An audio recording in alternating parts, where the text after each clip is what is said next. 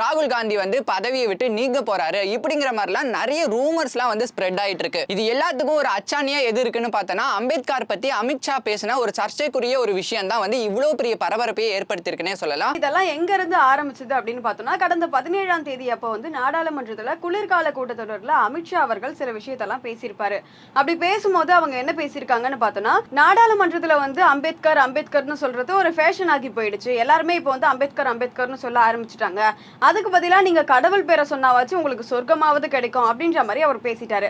இந்த நிலைமையில பிஜேபி என்ன பண்ண ஆரம்பிச்சிட்டாங்கன்னு பார்த்தோம்னா, பிஜேபியில இருக்கிறவங்க எல்லாருமே வந்துட்டு காங்கிரஸ் தான் கான்ஸ்டிடியூஷன் வந்து ஆரம்பிச்ச காலத்துல இருந்தே வந்து அம்பேத்கரை அவமதிக்கிற விதமா நடந்துட்டு இருக்கீங்க. அதுலயும் முக்கியமா சொல்ல போனா நேரு அவர்கள் வந்து நிறையவே அம்பேத்கர் அவர்களை டிஸ்ரெஸ்பெக்ட்ஃபுல்லா நடத்தியிருக்காரு அப்படின்ற மாதிரி அவங்க சொல்ல ஆரம்பிச்சிட்டாங்க. இந்த பிரச்சனை வந்து ரெண்டு கட்சிக்கும் இடையில மாறி மாறி ஒரு போராட்டத்தையே கொண்டு வந்து நிறுத்திருக்குன்னு தான் சொல்லணும். இந்த போராட்டம் வந்து எப்படி ஸ்டார்ட் ஆகுதுன்னு பார்க்கும்போது எதிர்கட்சிகள் எம்பிகள் எல்லாரும் சேர்ந்து தான் இந்த போராட்டத்தை வந்து ஆரம்பிக்கிறாங்கன்னே சொல்லலாம். குறிப்பா சொல்ல போனா காங்கிரஸ் உடைய மூத்த தலைவரான மல்லிகா அர்ஜுனா கார்கே அவர் தான் வந்து தலைமை தாங்கி இந்த போராட்டத்தை வந்து நடத்துறாருன்னே சொல்லலாம். எப்படின்னா அம்பேத்கர் சிலையில இருந்து நாடாளுமன்றத்துக்கு வரைக்கும் இவங்க வந்து ஆர்ப்பாட்டம் பண்ணி போக போறதா வந்து இருந்துச்சு. சோ இந்த போராட்டத்துடைய ஸ்டார்டிங்ல பார்த்தோன்னா எல்லா எம்பிஸுமே வந்து ப்ளூ கலர்ல உடை அணிஞ்சிட்டு வந்திருந்தாங்க. அது மட்டும் இல்லாம கையில வந்து ஒரு பிளக் கார்டு வந்து பிடிச்சிருந்தாங்க. அந்த பிளக் கார்டுல என்ன இருக்குன்னா அம்பேத்கருடைய போட்டோ ஒன்னு இடம்பெற்றிருக்கு. அதுக்கு மேல வந்து ஐ எம் அம்பேத்கர் அப்படிங்கிற மாதிரி ஒரு கோஷமுமே வந்து இடம்பெற்றிருக்குன்னே சொல்லலாம்.